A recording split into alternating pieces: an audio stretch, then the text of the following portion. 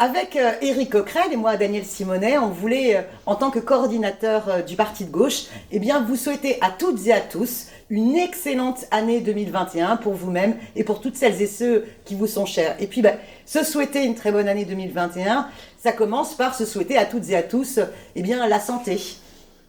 Et oui, et ça n'aura jamais été aussi vrai que cette année, parce que le moins qu'on puisse dire, c'est que ce virus, la Covid, est une vraie cochonnerie. Je ne sais pas comment l'appeler autrement, parce que non seulement elle cause des décès, cette année, c'est l'année où il y a eu le plus de décès en France depuis la fin de la Seconde Guerre mondiale, et environ 10% de ces décès sont dus au Covid, mais on voit aussi que ça paralyse notre vie sociale.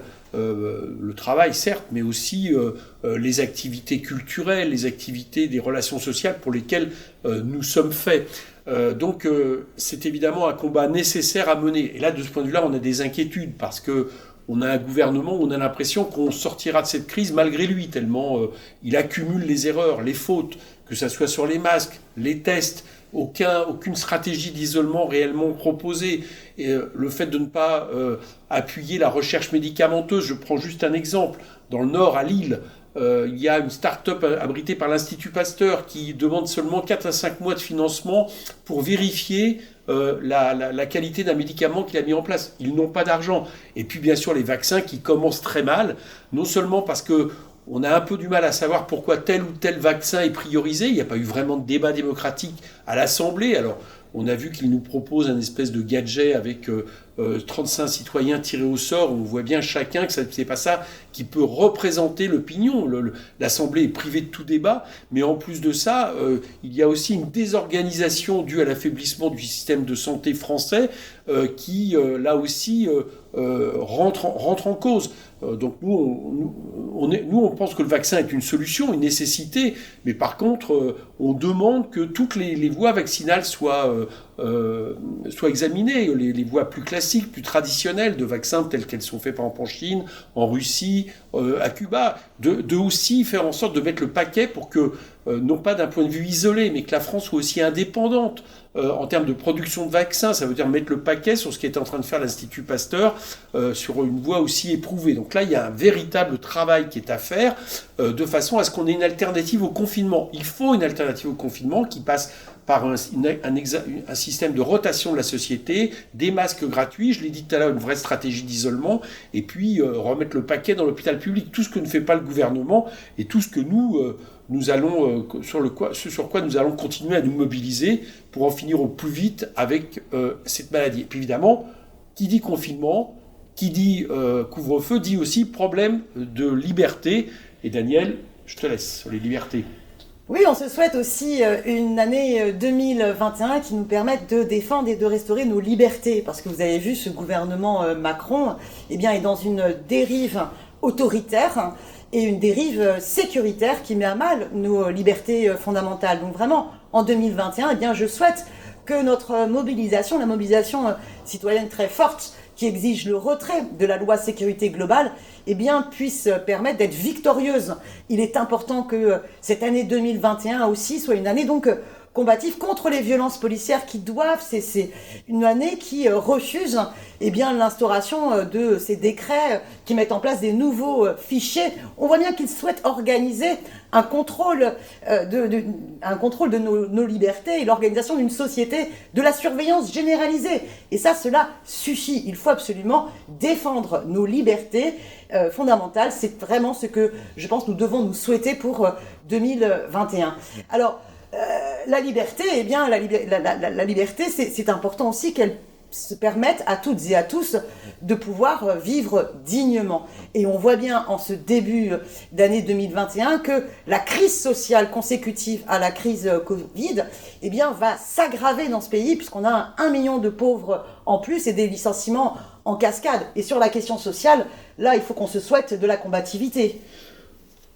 Oui, il faut qu'on se souhaite de la combativité et j'allais dire même dès maintenant, en période de confinement. Alors, il y a ce que tu disais sur les libertés. Il y a 2 dates à retenir, le 16 et le 30 janvier, où la coordination contre la loi sécurité globale appelle à des mobilisations.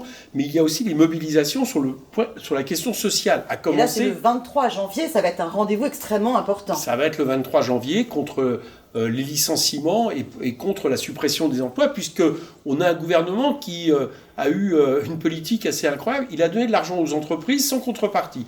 Ce qui fait qu'aujourd'hui, c'est 800 000 emplois qui sont menacés en France, dont certains sont par centaines, par milliers, des emplois supprimés par des entreprises qui ne le font pas du tout à cause du Covid, qui profitent de la crise du Covid pour organiser des plans de restructuration. Et donc, ils touchent de l'argent public, et en même temps, ils font des profits, et en même temps, ils annoncent des licenciements, Michelin, Danone, Bridgestone.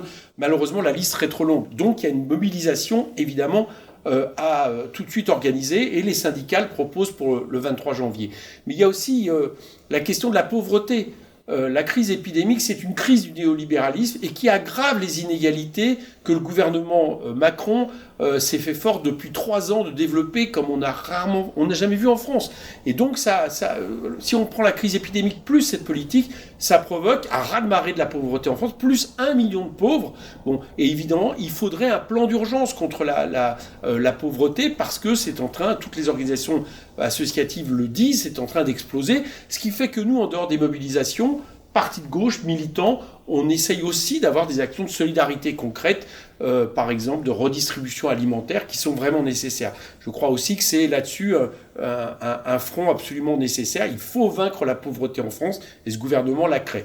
Et puis évidemment, quand on parle d'égalité, il y a la question de l'égalité homme-femme. Oui, moi je nous souhaite vraiment une année 2021, une année de combativité féministe. Extrêmement, extrêmement forte. C'est essentiel pour nous, partis de gauche, de bien considérer que le combat féministe, c'est un point de départ et un aboutissement. C'est essentiel quand on parle de la lutte contre la pauvreté et la solidarité. Eh bien, on sait que les femmes, eh bien, c'est les premières victimes de la pauvreté. C'est elles qui subissent les bas salaires ou les temps partiels imposés. C'est elles qui sont les premières victimes quand on s'attaque aux retraites. Et donc, se battre pour l'égalité salariale, se battre contre les violences faites aux femmes doit être un de nos enjeux aussi prioritaires en cette année 2021. Vous voyez, j'ai l'écharpe kurde. Hier, il y avait une manifestation importante pour se rappeler d'un triple féminicide qui avait eu lieu à Paris et qui avait été finalement commandité par les services secrets d'Erdogan, ce dirigeant turc qui promeut l'islam politique et une orientation extrêmement fascisante. Eh bien, sachez que dans cette manifestation, nous avons aussi exprimé la volonté que Leïla Güven, députée du HDP, soit libérée. En 2019, lors des vœux du parti de gauche, nous avions exprimé notre solidarité avec Leïla Güven, qui était à ce moment-là en grève de la faim. Et nous avons appris fin décembre que Leïla Güven a fait l'objet à nouveau d'une arrestation et qu'elle est condamnée à 22 années de prison. Donc on souhaite, à travers ces vœux de 2021, exprimer notre solidarité, exiger qu'elle soit libérée. C'est une bataille importante. Et nous devons aussi continuer à nous inspirer du mouvement des Kurdes, du Rojava, qui défendent justement une stratégie politique de révolution qui pose vraiment la question féministe au centre, en point de départ autant qu'en aboutissement.